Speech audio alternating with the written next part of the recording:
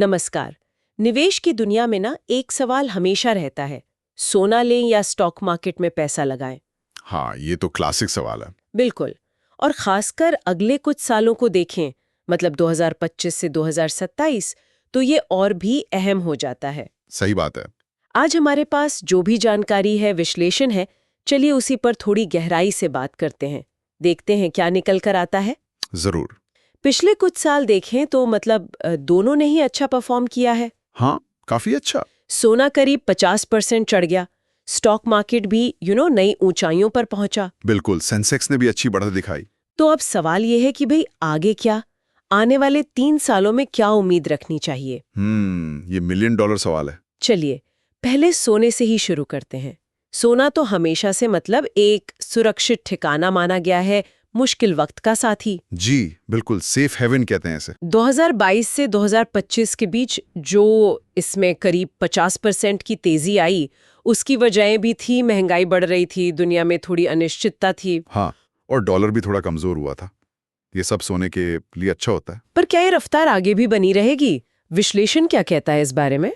देखिए, जो आंकड़े और एक्सपर्ट्स की राय सामने आ रही है, वो ये इशारा कर रही हैं कि अगले 3 साल, मतलब 2025 से 27 में सोने से वैसी जबरदस्त उछाल की उम्मीद शायद नहीं करनी चाहिए। अच्छा, तो कितनी उम्मीद करें? एक औसत अंदाजा है कि सालाना शायद 10 से 12% का रिटर्न। 10-12%? हाँ, ये दिखाता है कि सोने में जोखिम तो कम है, लेकिन फिर ग्रोथ की संभावनाएं भी थोड़ी सीमित हो जाती हैं। ये इसका नेचर है। सुरक्षा पहले। ठीक है, तो सोने का हिसाब हुआ 10-12% सालाना, कम जोखिम के साथ। अब आते हैं स्टॉक मार्केट पर। जी वहां भी तो पिछले 3 सालों में सेंसेक्स लगभग 50% बढ़ा है। हाँ, सेंसेक्स ने अच्छा रिटर्न दिया है। और कुछ स्टॉक्स वो तो मतलब 200% से भी ज्यादा भागे हैं। तो यहाँ आगे के लिए क्या तस्वीर बन रही है? हाँ, स्टॉक मार्केट की कहानी थोड़ी ज्यादा कह सकते हैं रोमांचक है।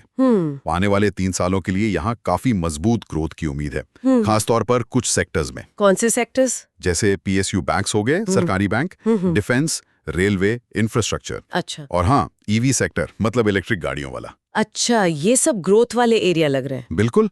तो अगर सही स्टॉक चुन लिए जाएं तो विश्लेषण कहता है कि सालाना 15 से 20% सीएजीआर। सीएजीआर यानी चक्रवृद्धि रिटर्न। हाँ, चक्रवृद्धि वार्षिक वृद्धि दर, इतना रिटर्न मिलने की संभावना दिखती है। 15 से 20% सालाना, ये तो सोने के 10-12% से काफी ज्यादा आकर्षक लग रहा है। हाँ, देखने में तो है। लेकिन इसमें कोई कैच तो होगा, कोई पेंच? बिल्कुल, कैच है, और वो है जोखिम। ये याद रखना बहुत जरूरी है कि स्टॉक मार्केट में रिस्क हमेशा ज्यादा होता है।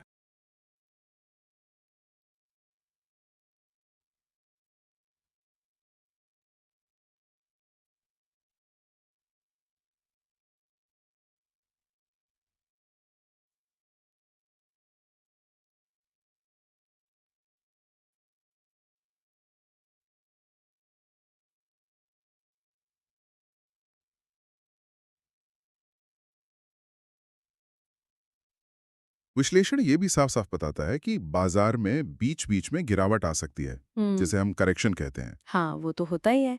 कीमतें नीचे आती हैं, फिर ऊपर जाती हैं। बिल्कुल। तो यहाँ ऊंचे रिटर्न्स की उम्मीद है, तो ऊंचा जोखिम भी साथ में है। ऐसा नहीं है कि बस पैसा बनता ही जाएगा बिना किसी उतार चढ़ाव के। समझ गई। तो एक तरफ सोना है, सुरक्षा, धीमी चाल, दूसरी तरफ स्टॉक मार्केट, रफ्तार की उम्मीद, पर गिरने का डर भी। सही। तो ऐसे में एक निवेशक क्या करें, क्या रणनीति अपनाए, इस पर क्या सुझाव है? यहाँ पर विश्लेषण एक बहुत ही जानी पहचानी और अक्सर कारगर रणनीति का सुझाव देता है: संतुलन, बैलेंस। बैलेंस मतलब दोनों में थोड़ा थोड़ा? हाँ बिल्कुल। यानी अपने कुल निवेश का एक हिस्सा, मान लीजिए करीब 20 से 30%, सोने में लगाएं। ओके, 20-30% सोने में और बाकी का जो पैसा है वो इक्विटी यानी स्टॉक्स में लगाएं।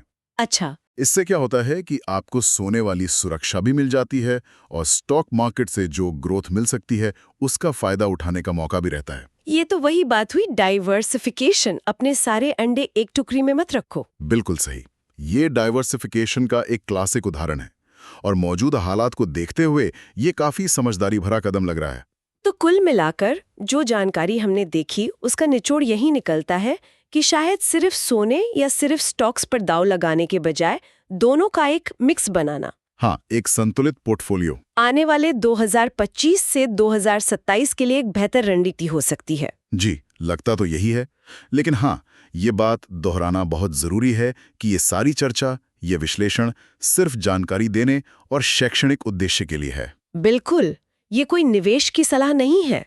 कोई भी निवेश का फैसला लेने से पहले हमेशा एक सेबी पंजीकृत वित्तीय सलाहकार से बात करना बहुत जरूरी है। हाँ, ये बहुत महत्वपूर्ण है। सलाहकार आपकी जरूरतें, आपकी जोखिम लेने की क्षमता, इन सबको समझकर सही रास्ता दिखा सकता है। बिल्कुल। और जाते जाते एक सवाल मैं श्रोताओं के लिए छोड़ना चाहूंगा सोचने के लिए। हाँ, बताइए। भविष्य में ऐसी कौन सी अप्रत्याशित, मतलब अनएक्सपेक्टेड वैश्विक या घरेलू घटना हो सकती है, कोई बड़ा इवेंट, जो इस सोने और स्टॉक मार्केट के संतुलन वाले समीकरण को पूरी तरह से हिला के रख दे? ये तो सोचने वाली बात है, क्योंकि दुनिया में कुछ भी हो सकता है। बिल्कुल, इस पर विचार करना वाकई दिलचस्प होगा।